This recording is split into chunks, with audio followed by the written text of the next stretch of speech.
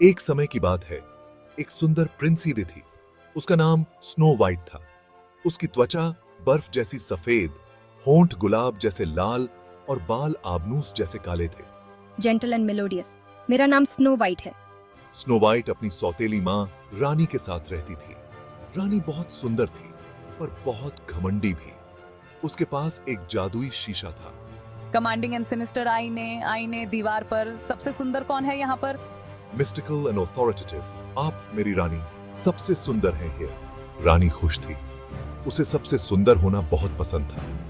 लेकिन एक दिन शीशे ने कुछ अलग कहा। Mystical and authoritative, snow white सबसे सुंदर है यहाँ। रानी गुस्से से भर गई। वह ईर्ष्या से हरी हो गई। रानी गुस्से से भरी हुई थी। उसने अपने शिकारी को बुलाया। वह एक मजबूत और चुप आदमी था।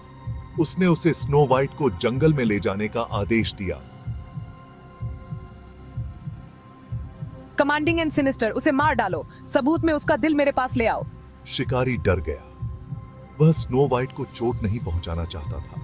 शिकारी स्नो वाइट को जंगल में ले गया। वह उसे मार नहीं सका। वह जानता था कि वह निर्दोष है। काइंड हार्टेड, भाग जाओ प्रिंसी, खुद को छुपा लो।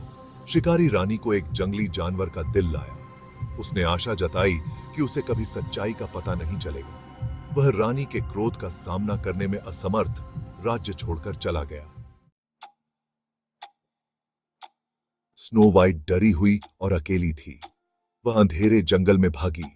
कांटों ने उसकी त्वचा को खरोंच दिया। उसके चेहरे से आंसू बहने लगे। जेंटल एंड मेलोडियस, ओ मेरा क्या होगा? अंत में वह एक छोटी सी झोपड़ी के पास गिर पड़ी। उसने अंदर झांका। दीवार पर 7 छोटे छोटे बिस्तर लगे थे। 7 छोटी छोटी प्लेटों के साथ एक मेज रखी थी। स्नो वाइट बहुत थकी हुई थी। उसने हर प्लेट में से थोड़ा थोड़ा खाया। फिर वह एक बिस्तर पर लेट गई। वह गहरी नींद सो गई। झोपड़ी के मालिक 7 बौने थे। वे पास की खदान में काम करते थे। वे खुशी से गाते हुए घर आए। काइंड हार्टेड, हीग हो, चलो घर चलें। स्नो वाइट को देखकर बौने हैरान रह गए। उसने उन्हें रानी की दुष्टता के बारे में बताया। बौनों को उस पर दया आ गई। तुम हमारे साथ रह सकते हो, लेकिन सावधान रहना, किसी को अंदर मत आने देना। स्नो वाइट ने सावधान रहने का वादा किया। वह झोपड़ी साफ रखती थी और बौनों के लिए खाना बनाती थी। वे सब मिलजुल कर खुशी खुशी रहते थे। रानी हर दिन अपने शीशे से पूछती, सबसे सुंदर कौन है यहाँ पर? शीशा हमेशा जवाब देता, स्नो वाइट सबसे सुंदर है हियर। रानी क्रोधित हुई। वह जानती थी कि शिकारी ने उसे धोखा दिया है। उसने खुद स्नो वाइट से छुटकारा पाने का फैसला किया। रानी ने खुद को एक बूढ़ी फेरी वाली के रूप में प्रच्छन्न किया। वह बौनों की झोपड़ी में गई। उसने दरवाजा खटखटाया। सुंदर सुंदर चीजें बिक रही हैं। स्नो वाइट ने खिड़की से बाहर झांका। कितना प्यारा। उसने सोचा। उसने दरवाजा थोड़ा सा खोला। बूढ़ी औरत ने उसे एक चमकदार लाल सेब दिया। बस एक बाइट मेरी डियर। उसने कर्कश स्वर में कहा। स्नो वाइट झिझकी, लेकिन सेब कितना स्वादिष्ट लग रहा था। उसने एक बाइट लिया। जैसे ही उसने ऐसा किया, वह फर्श पर गिर पड़ी। रानी दुष्टता से हंसी और गायब हो गई। बौने घर लौटे तो उन्होंने स्नो वाइट को फर्श पर पड़ी हुई बेसुध पाया। वे फूट फूट कर रोए। वे उसे दफनाना सहन नहीं कर सके, इसलिए उन्होंने उसे कांच के ताबूत में रख दिया। वे दिन रात उसकी रखवाली करते थे। एक दिन एक सुंदर राजकुमार जंगल से गुजर रहा था।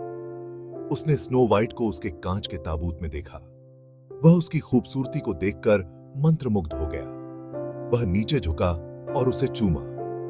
अचानक जहरीले सेब का टुकड़ा स्नो वाइट के गले से निकल गया। उसने अपनी आंखें खोलीं और राजकुमार को देखकर मुस्कुराई। बौने खुशी से झूम उठे। राजकुमार और स्नो वाइट को एक दूसरे से प्यार हो गया। उनका विवाह एक भव्य समारोह में हुआ। रानी को शादी में बुलाया गया था। उसने अपने जादुई शीशे में देखा। स्नो वाइट सबसे सुंदर है हियर, इसने घोषणा की। रानी गुस्से से उबल पड़ी। वह शादी में गई तो उसने पाया कि स्नो वाइट जीवित और अच्छी तरह से थी। उसका क्रोध और दुष्टता उसे खा गई और उसे फिर कभी नहीं देखा गया। और इसलिए स्नो वाइट और राजकुमार हमेशा के लिए खुशी खुशी रहने लगे, यह साबित करते हुए कि प्यार और दया हमेशा बुराई पर विजय प्राप्त करते हैं।